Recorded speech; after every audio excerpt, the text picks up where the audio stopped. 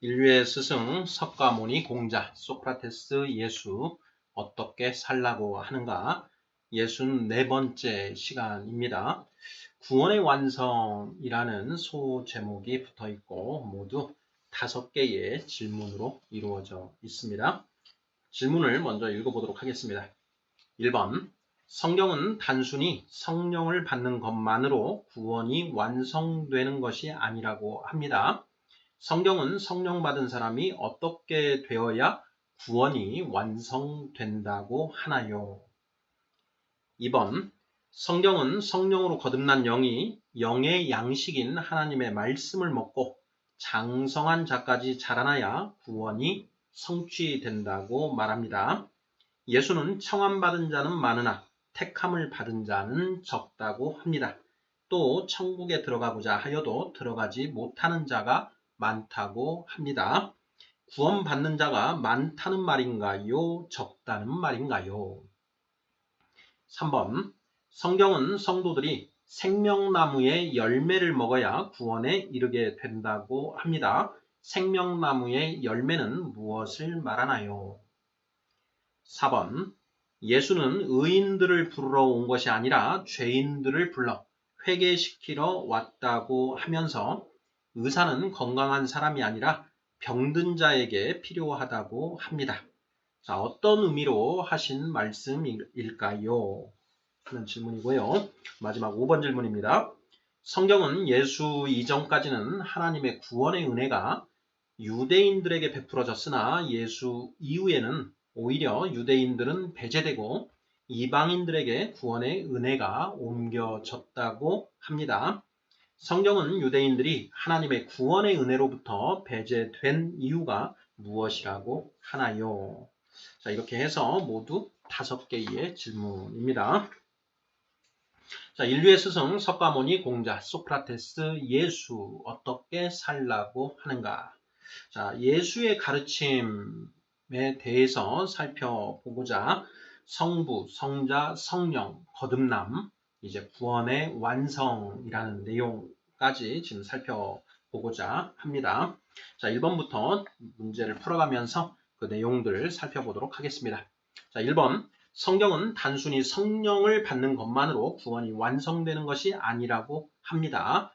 자, 성경은 성령 받은 사람이 어떻게 되어야 구원이 완성된다고 하나요? 자, 우리가 이제 그 주변에 교회 다닌다라고 하는 이제 그런 사람들이 많이 있습니다. 자, 그리고 또 교회에서 교회 목사가 그 간음을 했다든가 또는 돈 문제를 일으켰다라는 이런 기사들을 이제 종종 보게 됩니다.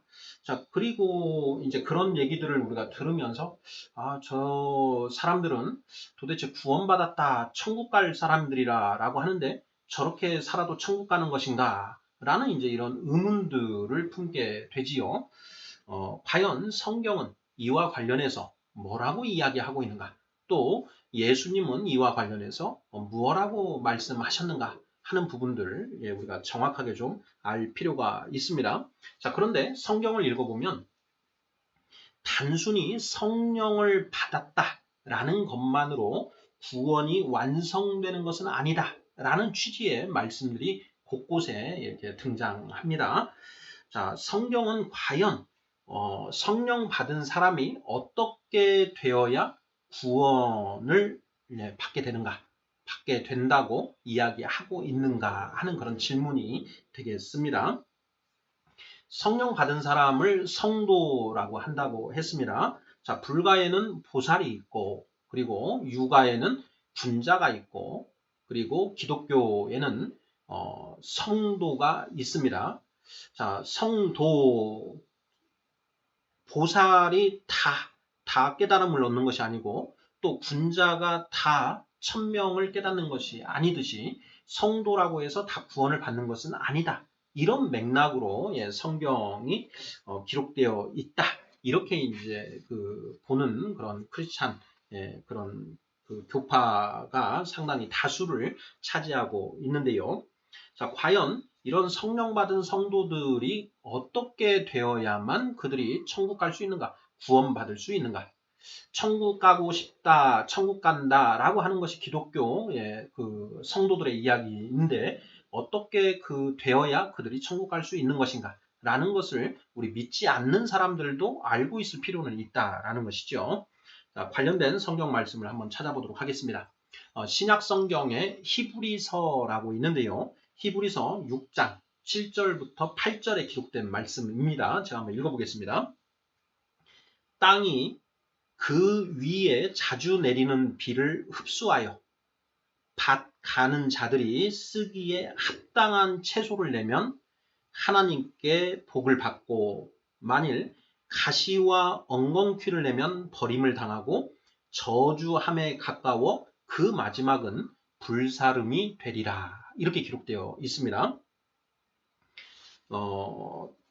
다시 한번요. 땅이 그 위에 자주 내리는 비를 흡수하여 밭 가는 자들이 쓰기에 합당한 채소를 내면 하나님께 복을 받고 만일 가시와 엉겅퀴를 내면 버림을 당하고 저주함에 가까워 그 마지막은 불사름이 되리라. 이렇게 되어 있습니다.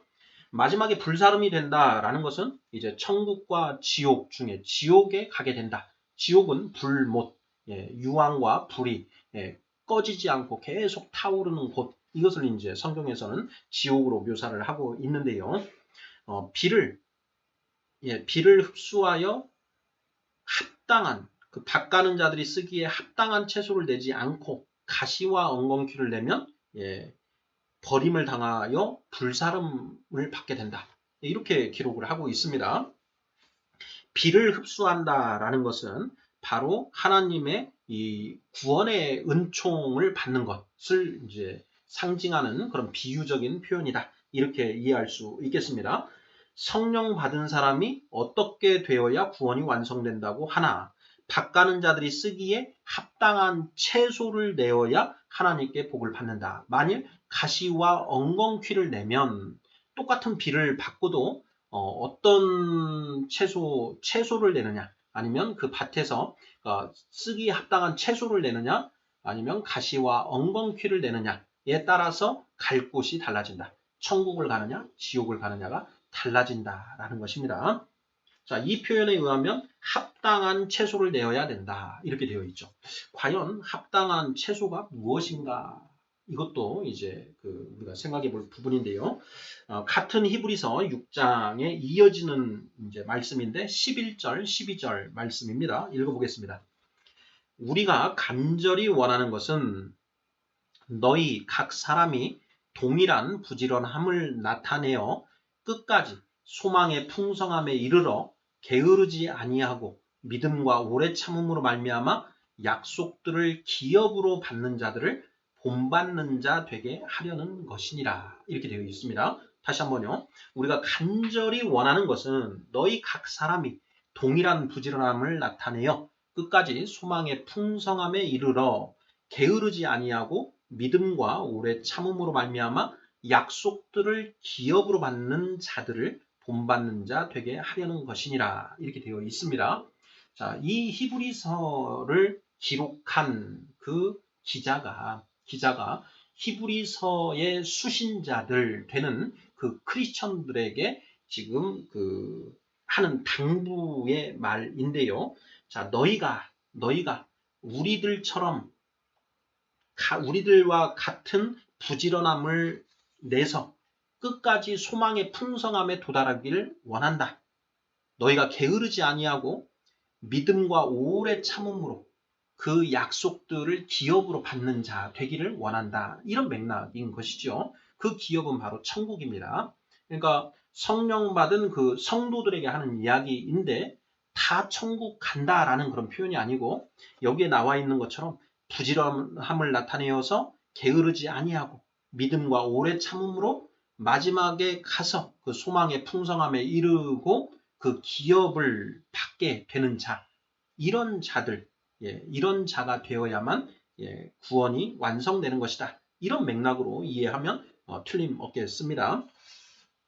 자, 또 신약 성경에 빌립보서라고 하는 그 성경이 있는데요. 빌립보서 1장 9절에서 11절에 기록된 그 내용도 한번 살펴보도록 하겠습니다.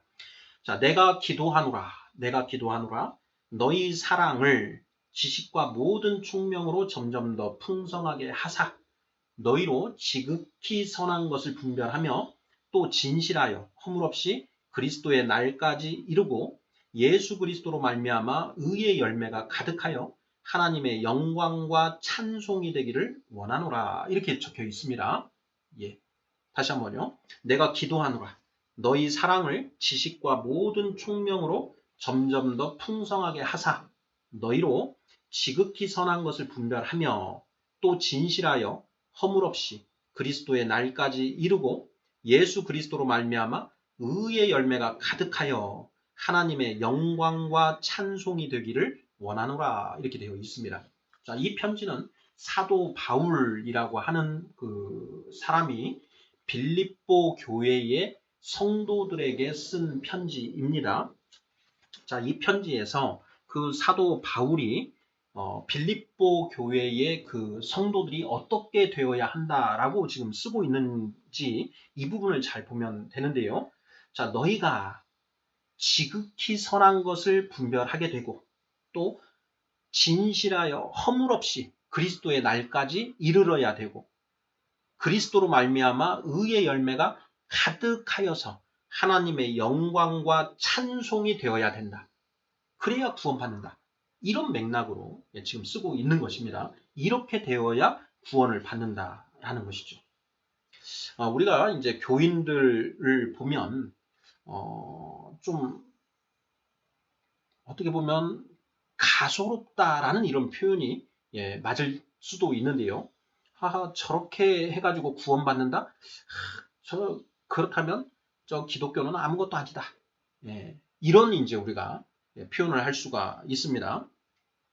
크리스찬이라고 하는데 그 악하기가 이 세상 사람들보다 더 악한 그런 크리스찬들이 많이 눈에 띈다라는 것이죠.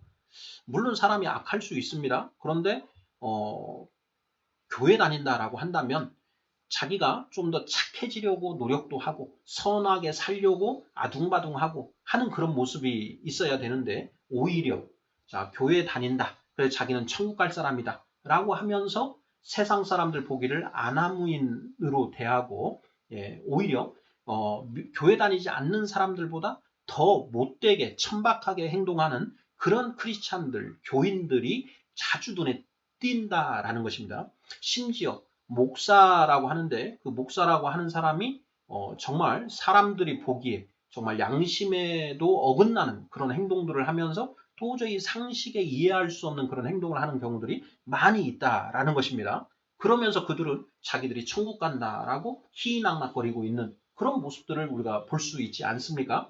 그런 사람들을 볼 때, 저 기독교에 과연 구원이라는 게 있는 것인가 하는 의구심을 표명할 수밖에 없는데요. 이 방금 살펴본 그런 성경 말씀에 의하면 그런 자들이 계속 그 모습을 계속 유지하고 죽을 때까지 살게 된다면 가시와 엉겅퀴를 내는 것이 되는 것이고 버림을 받아서 그 마지막은 불사름이 되는 것이다. 이것을 알 수가 있습니다. 지금 그 모습에서 사람이 바뀌어서 정말 그 예수 그리스도로 말미암아 의의 열매가 가득해서 누가 보더라도 참 저 사람은 하나님을 영광스럽게 하는 사람이다. 하나님을 찬송하는 자가 분명하다라는 그런 모습을 갖추지 않으면 그 사람의 결국은 천국이 아니라 지옥이 된다라고 성경은 분명히 선포하고 있다라는 것입니다.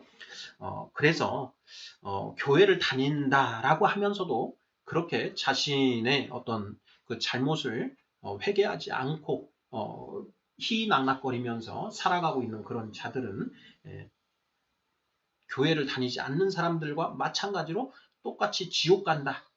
지옥 간다고 성경은 선포하고 있다라는 것을 우리가 좀 알고 있을 필요가 있겠습니다. 디모데후서라고 하는 성경이 있는데요. 디모데후서 3장 15에서 17절을 한번 보겠습니다. 자, 또 어려서부터 성경을 알았나니 성경은 능히 너로 하여금 그리스도 예수 안에 있는 믿음으로 말미암아 구원에 이르는 지혜가 있게 하느니라. 모든 성경은 하나님의 감동으로 된 것으로 교훈과 책망과 바르게 함과 의로 교육하기에 유익하니 이는 여기서부터 중요합니다. 이는 하나님의 사람으로 온전하게 하며 모든 선한 일을 행할 능력을 갖추게 하려 함이라 이렇게 되어 있습니다. 기독교의 최종 목표가 무엇이냐? 하나님의 사람으로 온전하게 하며 모든 선한 일을 행할 능력을 갖추게 하려는 것이다. 이렇게 되어야 천국에 들어갈 수가 있다라는 것이 성경의 가르침이다라는 것입니다. 그래서 이러한 기준에 도달하지 못한 사람은 비록 교회를 다닌다, 예수를 믿는다, 예수 그리스도를 믿는다라고 입으로 이야기할지라도 그들은 천국에 들어가지 못한다라는 것입니다. 자, 이와 관련해서 예수님도 직접 본인이 이렇게 말씀을 하십니다. 자, 마태복음 7장입니다. 신약 성경 27권 중에 가장 처음에 이제 등장하는 성경이 이 마태복음인데요. 그 마태복음 7장을 보면 이렇게 되어 있습니다. 예수님이 하시는 말씀입니다. 나더러 주여 주여 하는 자마다 다 천국에 들어갈 것이 아니요 하늘에 계신 내 아버지의 뜻대로 행하는 자라야 들어가리라. 마태복음 7장 21절 말씀입니다. 22절을 보면요. 그날에 많은 사람이 나더러 이르되 주여 주여 우리가 주의 이름으로 선지자 노릇하며 주의 이름으로 귀신을 쫓아내며 주의 이름으로 많은 권능을 행하지 아니하였나이까 하리니. 23절 그때에 내가 그들에게 밝히 말하되 내가 너희를 도무지 알지 못하니 불법을 행하는 자들아 내게서 떠나가라 하리라. 이렇게 예수님이 분명하게 말씀을 하셨습니다. 예수 하면서 교회에 출석하는 사람들이 다 천국 들어가는 게 절대 아니라는 것입니다. 하늘에 계신 내 아버지의 뜻대로 하나님의 뜻대로 행하는 자라야 천국에 들어갈 수 있다라고 예수님이 분명하게 선포하고 있다는 것입니다. 나더러 주여 주여 하는 자마다 다 천국에 들어갈 것이 아니요 다만 하늘에 계신 내 아버지의 뜻대로 행하는 자라야 들어가리라 이렇게 되어 있다라는 것입니다. 자, 2번 문제 보겠습니다. 자, 성경은 성령으로 거듭난 영이 영의 양식인 하나님의 말씀을 먹고 장성한 자까지 자라나야 구원이 성취된다고 말합니다. 예수는 청함받은 자는 많으나 택함을 받은 자는 적다고 합니다. 또 천국에 들어가고자 하여도 들어가지 못하는 자가 많다고 합니다. 구원받는 자가 많다는 말인가요? 적다는 말인가요? 자, 질문 자체에서 사실은 이미 답이 나와 있습니다. 자, 예수님이 청함을 받은 자는 많으나 택함을 받은 자는 적다라고 말씀하셨습니다. 또 천국에 들어가고자 하여도 들어가지 못하는 자가 많다라고 말씀하셨습니다. 자, 천국에 들어가는 자가 많다는 말인가요? 적다는 말인가요? 구원받는 자가 많다는 말입니까? 적다는 말입니까? 적다라는 말입니다. 자, 오늘날 우리 한국의 상황을 보면 기독교인들이 700만, 800만, 많을 때는 1000만을 육박했다라고 합니다. 우리가 5천만이라고 했을 때 5천만 중에 1000만이면 무려 20%에 해당되는 사람들이 이 교회에 출석한다라는 것인데요. 자, 교회에 출석하는 사람들은 다 천국을 소망하겠죠. 천국 가고 싶은 것입니다. 자, 그런데 자, 분명히 예수님 말씀하십니다. 천국에 들어가고자 하여도 들어가지 못하는 자가 많다라고 말씀을 하시는 것이죠. 또, 자, 청함을 받은 자는 많되 택함을 입은 자는 적으니라 이렇게 말씀하시는 것이죠. 자, 마태복음 22장 14절입니다. 청함을 받은 자는 많되 택함을 입은 자는 적으니라.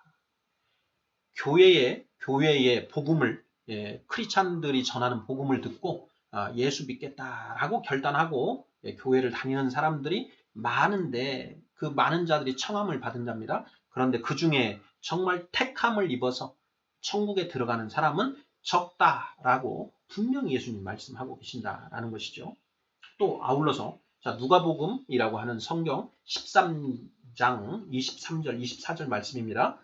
자, 어떤 사람이 여짜오되 주여 구원을 받는 자가 적으니까 그들에게 이르시되 좁은 문으로 들어가기를 힘쓰라. 내가 너희에게 이르노니 들어가기를 구하여도 못하는 자가 많으리라. 이렇게 답하셨습니다. 어떤 사람이 예수님에게 묻는 것입니다. 주여 구원을 받는 자가 적습니까? 하고 이렇게 물어본 것이죠. 그랬더니 예수님이 좁은 문으로 들어가기를 힘써야 한다. 들어가기를 구하여도 들어가지 못하는 자가 많으니라. 이렇게 말씀하셨다는 것이죠. 오늘날 한국 교회에 1000만 명 정도 되는 그런 교인들이 있다고 하지만 그 중에 정말 천국에 들어가는 사람은 적다라는 것입니다. 1번 문제에서 본 것처럼 어떤 사람이 천국에 들어가느냐. 하나님의 사람으로 온전하게 하며 모든 선한 일을 행할 능력을 갖추게 되어야 천국에 들어갈 수 있다라는 것이죠. 이것을 우리가 좀 정확하게 알 필요가 있습니다. 우리가 교회를 다니지 않더라도 저들이 믿는 기독교에서 어떤 사람이 천국을 간다라고 하는가라는 거에 대해서는 우리가 알고 있어야죠. 그래야 좀 분별을 할 수 있다라는 것입니다. 똑같이 우리가 불제자라고 하는데 어떤 불제자들이 석가모니 부처님이 말씀하신 그러한 합당한 그런 제자인 것인지, 열반에 들어갈 수 있는 그런 제자인지도 알 수 있어야 된다라는 것이죠. 또 똑같이 공자님의 가르침에 충실한 그런 군자의 모습을 갖춘 사람이 어떤 것인지 우리가 그 정도 기준을 알아야만 분별할 수 있다라는 것이죠. 그래서 입으로는 보살입네, 입으로는 군자입네, 입으로는 성도입네 하면서 실질은 아닌 그런 사람들을 우리가 분별할 수 있다라는 것이죠. 3번 문제 보겠습니다. 자, 성경은 성도들이 생명나무의 열매를 먹어야 구원에 이르게 된다고 합니다. 생명나무의 열매는 무엇을 말하나요? 우리가 이제 잘 아는 비록 교회에 다니지 않더라도 우리가 에덴 동산에 대해서는 우리가 들어서 알고 있지 않습니까? 그리고 그 에덴 동산 한가운데 생명나무와 선악을 알게 하는 나무가 있었다. 그러면서 그 하나님이 그 아담에게 선악을 알게 하는 나무의 열매는 먹지 마라. 그것을 먹으면 네가 죽는다. 이렇게 말씀하셨다라는 것 정도는 우리가 들은 풍월이 있지 않습니까? 창세기 2장 9절입니다. 8절부터 보면은요. 여호와 하나님이 동방의 에덴에 동산을 창설하시고 그 지으신 사람을 거기에 두시니라. 그 지으신 사람이 바로 아담입니다. 9절 여호와 하나님이 그 땅에서 보기에 아름답고 먹기에 좋은 나무가 나게 하시니 동산 가운데에는 생명나무와 선악을 알게 하는 나무도 있더라. 이렇게 되어 있는 거죠. 여기에 등장하는 게 바로 생명나무입니다. 이 생명나무의 열매를 먹으면 영생을 하고 선악을 알게 하는 나무의 열매를 먹으면 죽는다라는 것이죠. 창세기 2장 17절입니다. 선악을 알게 하는 나무의 열매는 먹지 말라. 내가 먹는 날에는 반드시 죽으리라 하시니라. 이렇게 말씀하셨다라는 것이죠. 그런데 그 아담이 생명나무의 열매는 안 먹고 먹지 말라고 한 선악을 알게 하는 나무의 열매를 홀라당 먹어버렸다라는 것이죠.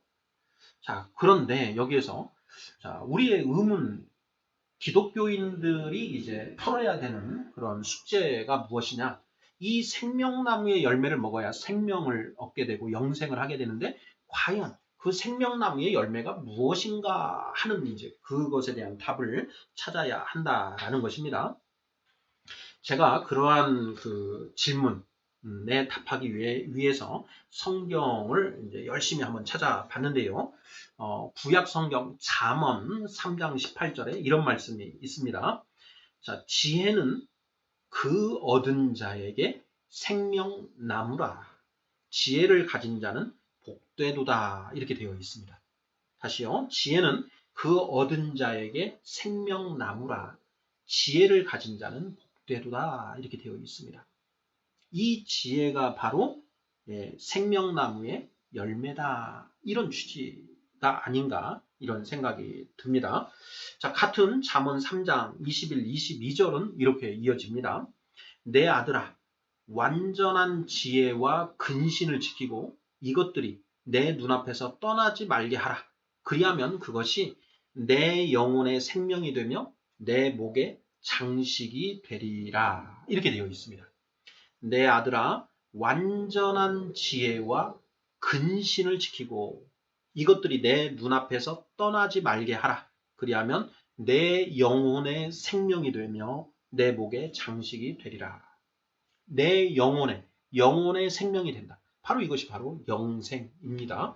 그런데 이 영생을 어떻게 얻을 수 있느냐? 완전한 지혜와 근신을 지킴으로써 완전한 지혜를 얻고 그 지혜 속에서 근신함으로써 영생을 얻을 수 있다. 이렇게 얘기하는 거죠. 잠언 3장 18절 지혜는 그 얻은 자에게 생명나무라. 이렇게 되는 것이죠. 지혜를 얻은 자는 복되도다.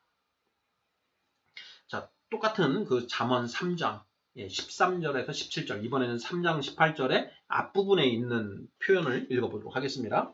자, 지혜를 얻은 자와 명철을 얻은 자는 복이 있나니 이는 지혜를 얻는 것이 은을 얻는 것보다 낫고 그 이익이 정금보다 나음이니라. 지혜는 진주보다 귀하니 네가 사모하는 모든 것으로도 이에 비교할 수 없도다. 그의 오른손에는 장수가 있고 그의 왼손에는 부귀가 있나니 그 길은 즐거운 길이요 그의 지름길은 다 평강이니라. 이렇게 되어 있습니다. 성경이 이야기하는 그 구원, 영생은 무엇을 통해서 이루어지는가? 바로 지혜를 통해서 지혜를 얻음으로써 이루어진다라고 지금 성경이 자체적으로 선포하고 있다라는 것입니다. 자, 여기에 지혜는 과연 무엇인가? 지혜는 두 가지 종류가 있다라고 했지요. 첫째는 하늘의 지혜이고요. 두 번째는 땅의 지혜라고 했습니다. 땅의 지혜, 세상의 지혜.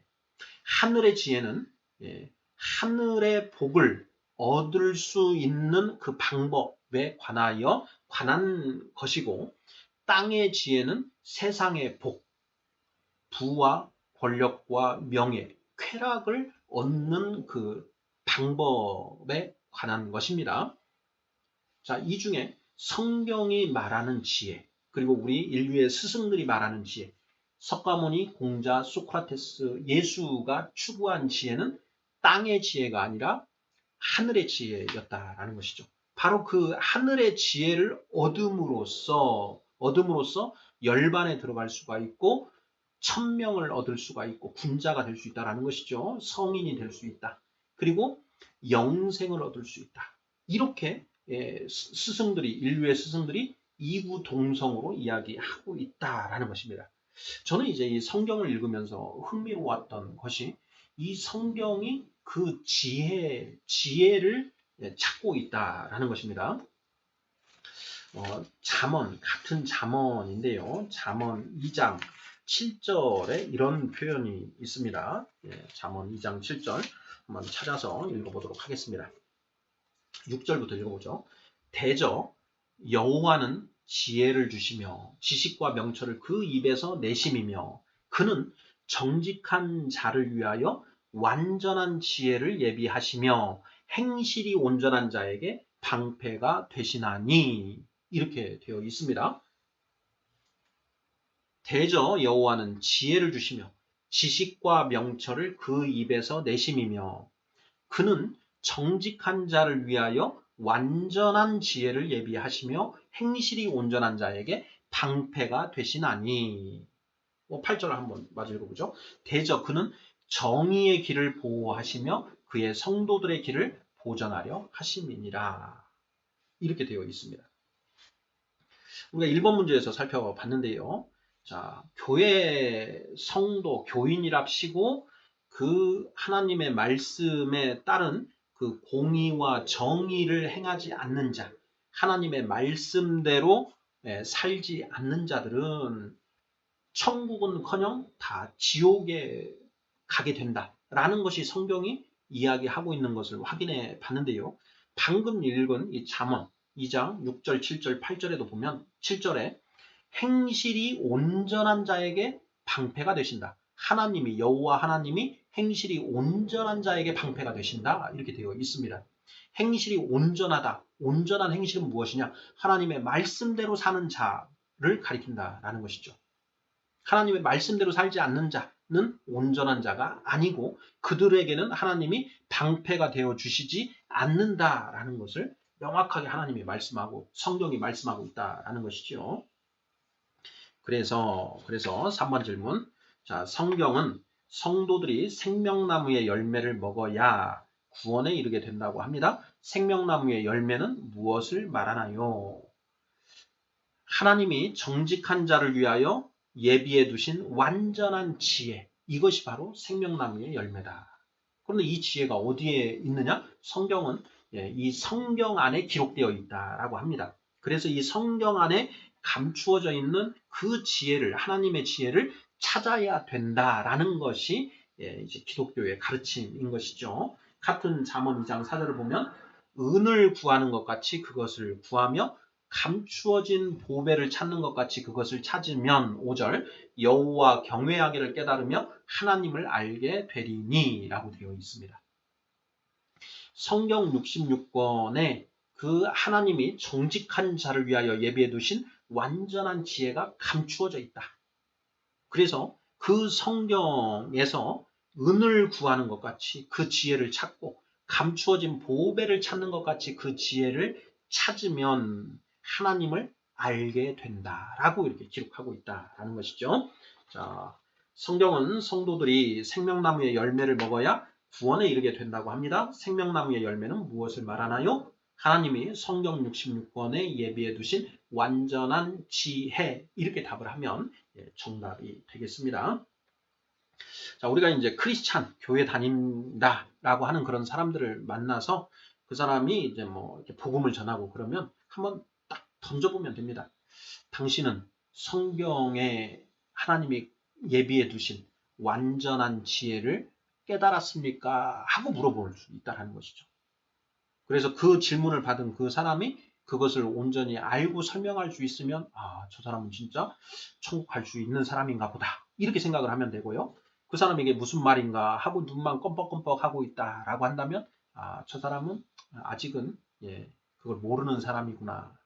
아직은 천국에 들어가지 못한 사람이구나. 이렇게 생각을 하면 틀림없습니다. 뭐 하다못해 예수 믿는다, 교회 다닌다 시고 그 죄를 짓는 사람들은 더 말할 필요도 없겠지요. 4번 문제 보겠습니다. 예수는 의인들을 부르러 온 것이 아니라 죄인들을 불러 회개시키러 왔다고 하면서 의사는 건강한 사람이 아니라 병든 자에게 필요하다고 합니다. 어떤 의미로 하신 말씀일까요? 의사는 건강한 사람이 아니라 병든 사람에게 필요하지요. 자, 우리가 건강을 자신하는 사람이 있습니다. 내 몸은 내가 잘한다. 내가 내 몸을 봤을 때 문제가 없다. 이렇게 생각하는 사람은 자, 병원에 가서 의사가 선생님 좀 이러이러해서 좀 문제가 좀 있는 것 같습니다. 이렇게 술도 좀 끊으시고 담배도 끊으시고 고기도 좀 적게 드시고 이렇게 하시는 게 좋겠습니다. 이렇게 얘기를 해도 앞에서는 고개를 끄덕끄덕 할 수 있겠지만 속으로는 내 몸은 내가 잘 알아. 나는 괜찮아. 이렇게 생각을 하면서 그 의사의 말을 그냥 흘려 듣게 되지요. 그 사람이 그렇게 하는 이유는 자기가 스스로 건강하다고 생각하기 때문에 그렇습니다. 자, 반면에 몸이 어딘가 모르게 좀 영 안 좋고 예전 같지 못하고 어딘가 모르게 좀 이상하다는 것을 느끼는 사람은 병원에 가서 이제 의사가 이런저런 똑같은 이야기를 했다라고 한다면 그 말을 귀담아 듣고 그렇구나. 내가 이걸 조심해야 되겠구나. 술, 담배 끊고 기름진 것도 좀 적게 먹고 운동도 좀 하고 이렇게 해야 되겠구나 하고 그 의사의 그 권면을 다 받아들이죠. 그래서 의사는 건강한 사람이 아니라 병든 자에게 필요하다라는 것은 우리의 이제 이 생활 경험에서 나오는 지혜라고 할 수 있습니다. 그런데 이 비유를 통해서 예수님이 이런 말씀을 하시는 것이죠. 자, 나는 의인들을 부르러 온 것이 아니라 죄인들을 불러 회개시키러 왔다. 이렇게 말씀을 하신다라는 것이죠. 근데 이 말씀을 제가 처음 읽으면서 이거 이상하다. 이거 뭐 저기 성경이 잘못된 거 아닌가? 잘못 쓴 거 아닌가? 이런 생각을 했었습니다. 왜 그러느냐? 자, 예수는 예수 믿으면 천국을 간다라고 하지 않습니까? 예수를 안 믿으면 지옥을 간다라는 것입니다. 자, 그러면 천국에는 의인들이 들어가야 되죠. 예. 죄인들은 당연히 지옥에 가야 된다라는 것입니다. 자, 그러면 예수님이 이 땅에 오셨다라고 한다면 그 예수님이 정말 하나님의 아들이고 저 천국의 길을 열어주러 오신 분이다라고 한다면 의인들을 불러야지 왜 죄인들을 부르냐? 이건 말이 안 되지 않느냐? 이런 의문을 가졌다라는 것이죠. 자, 그런데 나중에 이 말씀을 이제 깊이 연구를 해보니까 여기에서 말하는 의인 그리고 죄인은 어떤 사람인가 이걸 생각해 봤습니다. 그 힌트가 바로 의사는 건강한 사람이 아니라 병든 자에게 필요하다라는 이 비유의 말씀에 그 힌트가 있다라는 것이죠. 스스로 자신이 건강하다고 생각하는 사람, 속에 병이 있음에도 불구하고 나는 건강해 라고 하는 사람에게는 의사가 필요 없다라는 것이죠. 자, 그런데 내가 병이 있는데 내가 몸이 좀 이상해 하는 사람은 의사가 필요한 것이죠. 자, 그것처럼 이 세상에 있는 그 사람들 중에 스스로 나는 의로운 사람이야. 나는 참 괜찮은 사람이야. 나는 착한 사람이야. 선한 사람이야. 이렇게 스스로 생각하는 사람은 예수가 필요하지 않다라는 것입니다. 내가 회개할 것이 없고 나 정도면은 떳떳한데 내가 왜 그 교회에 가서 내 죄를 회개하고 뭐 그렇게 해야 돼? 나는 그런 거 안 해도 뭐 천국과 지옥이 있다면 난 진짜 천국 갈 사람이야. 이렇게 생각하는 사람은 예수가 필요하지 않다라는 것이죠. 반면에 내가 이렇게 참 내가 참 나는 왜 이렇게 사는 것일까?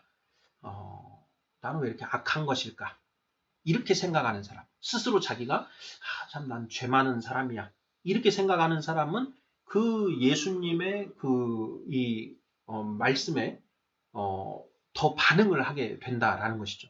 그래서 예수님이 스스로 말씀하시기를 나는 의인들을 부르러 온 것이 아니라 죄인들을 불러 회개시키러 왔다 이렇게 말씀을 하셨는데 거기에서 말하는 의인과 죄인은 스스로 그 사람 상대방들이 스스로 의인이라고 생각하는 사람 또는 죄인이라고 생각하는 사람을 가리킨다. 제가 실제로 이제 한번 이런 얘기들을 이렇게 나눠보면 자기가 이제 정말 좀 의롭게 산다. 나는 법을 어기지도 않고 내가 열심히 일해서 정직한 방법으로 먹고 산다 하는 사람들은 성경 말씀뿐만 아니라 부처님 말씀이든 공자님 말씀이든 잘 들으려고를 하지 않습니다. 예.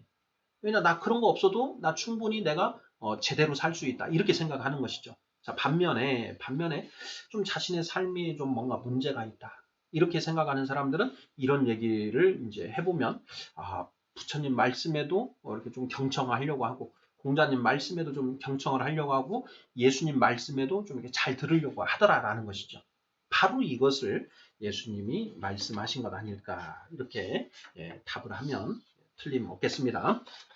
마지막 5번 질문입니다. 자, 성경은 예수 이전까지는 하나님의 구원의 은혜가 유대인들에게 베풀어졌으나 예수 이후에는 오히려 유대인들은 배제되고 이방인들에게 구원의 은혜가 옮겨졌다고 합니다.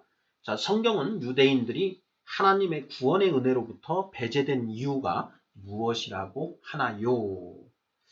제가 이제 이 성경을 읽기 전에 가졌던 하나의 생각 중에 하나가 아니 기독교라고 하는 것은 그 유대인들의 종교 아니냐.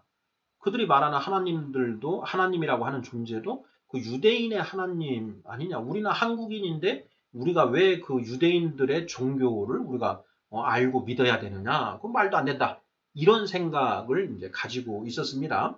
자, 그런데 제가 성경을 열심히 읽어보고 공부를 좀 해보니까 제가 잘못 생각하고 있었구나라는 것을 알게 되었죠. 왜냐? 성경은 그 유대인들만 대상으로 이렇게 쓰여진 그런 그 경전이 아니더라라는 것이죠.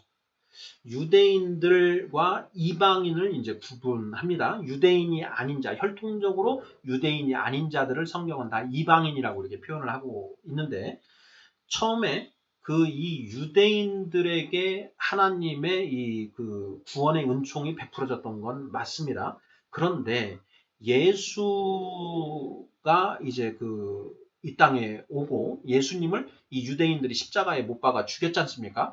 그 이후부터는 이 하나님의 그 이 구원의 은혜가 유대인들을 떠나서 이방인들을 향하게 되었다. 그래서 하나님의 구원의 은혜가 유대인들을 제외한 이방인들에게, 이 전 세계, 유대인들을 제외한 전 세계 사람들에게 그 구원의 은혜가 펼쳐지고 있다라는 걸 성경이 그 자체적으로 이야기를 하고 있다라는 것입니다. 그것이 어떤 것인가? 로마서라고 하는 신약 성경 11장 25절을 보면요, 이렇게 쓰여져 있습니다.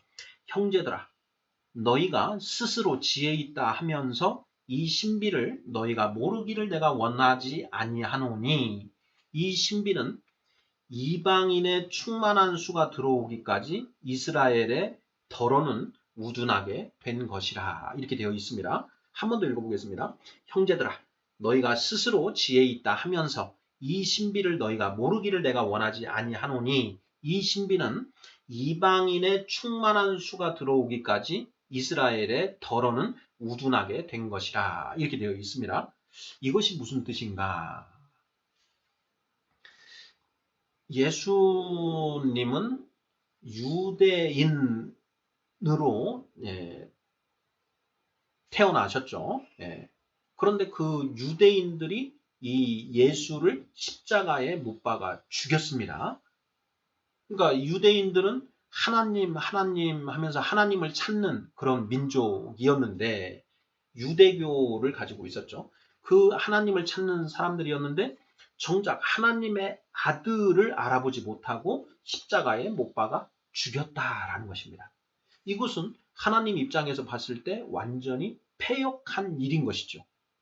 그래서 하나님이 이 고양 것들 해서 이 유대인들의 이 눈을 이제 가려서 예수를 믿지 못하게 만들어 놓으시고 그 동시에 이방인들에게 이 하나님의 구원의 은총을 베풀기 시작했다라는 것입니다.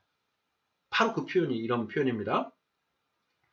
이 신비는 이방인의 충만한 수가 들어올 때까지 이스라엘의 대부분을 우둔하게 만들어놨다. 그래서 유대인들은 지금도 예수가 그리스도임을 믿지 않는다. 믿지 않는 사람이 대다수다. 이렇게 얘기를 하는 것이죠. 지금 전 세계 유대인의 숫자가 뭐 900만 정도 이렇게 본다라고 했을 때 그 900만 중에 예수를 그리스도로 믿는 자는 극히 소수, 뭐 몇만이 안 된다고 합니다. 900만 중에. 그러니 이 로마서 11장 25절 말씀처럼 이방인의 충만한 수가 들어오기까지 이스라엘의 덜어는 우둔하게 된 것이다. 이 말이 딱 맞다라는 것이죠. 그래서 지금 이제 어떤 시대냐? 예수가 십자가에서 죽고 난 이후로 하나님의 이 구원의 은혜가 유대인들을 향해 있는 것이 아니라 이방인들을 향해서 있다라는 것입니다. 그래서 이제 실제로 그 지난 2000년의 역사를 살펴보면 예수가 십자가에서 죽은 이후에 그 기독교가 전 세계로 이렇게 퍼져 나갔죠. 그리고 우리 한국에도 100여 년 전에 이 기독교가 들어오게 되었고, 지금 한국의 5천만 중에 1000만 가까운 사람이 그나마 이 그 기독교인이다라고 스스로 자칭하고 있는 그런 이제 그 시기까지 되었다라는 것이죠. 이것이 바로 이방인에게 이 그 하나님의 구원의 은혜가 전해지는 그런 걸 성경이 스스로 말하고 있고 지난 역사가 입증해 주는 것이다. 이렇게 그 기독교에서는 이야기하고 있다라는 것입니다. 자, 이와 관련해서 예수는 뭐라고 했는가 하는 부분도 한번 찾아봤는데요. 이런 말씀을 하셨습니다. 자, 마태복음 19장 30절인데요. 예수님이 먼저 된 자로서 나중되고 나중된 자로서 먼저 될 자가 많으니라 이렇게 말씀하셨습니다. 먼저 된 자로서 나중되고 나중된 자로서 먼저 될 자가 많다. 이게 도대체 무슨 수수께끼 같은 말씀인가 하는 것인데요. 자, 누가복음 13장 19절 20절을 이제 이것과 같은 병행구절이라고 합니다. 성경에서 병행구절이라고 한다면 같은 사건, 같은 말씀, 같은 취지의 말씀을 조금 다르게 표현한 것을 병행구절이다 이렇게 이야기를 하는데요. 누가복음 13장 19, 20절을 보면 이렇게 되어 있습니다. 사람들이 동서남북으로부터 와서 하나님의 나라 잔치에 참여하리니 보라, 나중된 자로서 먼저 될 자가 있고 먼저 된 자로서 나중될 자도 있느니라 하시더라. 이렇게 되어 있습니다. 이게 무슨 뜻인가?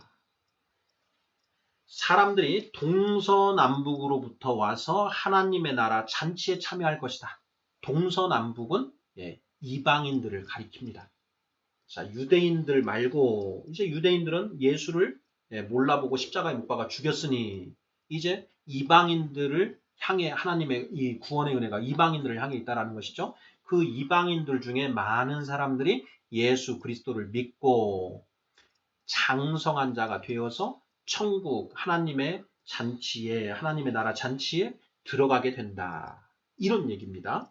자, 그러면서 나중된 자로서 먼저 될 자가 있고 먼저 된 자로서 나중될 자가 있다. 이렇게 이제 되어 있는데 이게 무슨 뜻인고 제가 이걸 가지고 많이 생각을 해봤습니다. 이제 결론은 이렇습니다. 먼저 된 자는 유대인을 가리키고 나중된 자는 이방인을 가리킨다라는 것입니다. 그래서 처음에 하나님의 구원의 은총이 이 유대인들에게 베풀어졌는데 그들은 천국에 들어가지 못하고 나중된 이방인들이 먼저 천국에 들어가고 유대인들 먼저 된 자들 중에 나중에 될 자가 있다. 이런 얘기가 된다는 것이죠. 5번입니다. 성경은 예수 이전까지는 하나님의 구원의 은혜가 유대인들에게 베풀어졌으나 예수 이후에는 오히려 유대인들은 배제되고 이방인들에게 구원의 은혜가 옮겨졌다고 합니다. 성경은 유대인들이 하나님의 구원의 은혜로부터 배제된 이유가 무엇이라고 하나요? 하나님의 아들 예수 그리스도를 알아보지 못하고 오히려 십자가에 못 박아 죽였기 때문에 배제되었다. 이렇게 답하면 맞겠습니다. 인류의 스승 석가모니 공자 소크라테스 예수 어떻게 살라고 하는가? 예수는 네 번째 시간 구원의 완성이라는 제목으로 5개의 질문을 살펴보았습니다. 교회 다닌다, 예수 믿는다 라고 해서 구원이 완성된 것이 아니다. 그들이 하나님의 사람으로서 온전하게 되고 모든 선한 일을 행할 능력을 갖추게 되어야 비로소 천국에 들어갈 수 있는 것이다. 예수님이 청함을 받은 자는 많으나 택함을 입은 자는 적다. 들어가기를 구하여도 들어가지 못하는 자가 많다라고 말씀하신 그 취지가 무엇인가 하는 것들이 핵심 포인트가 되겠습니다. 감사합니다.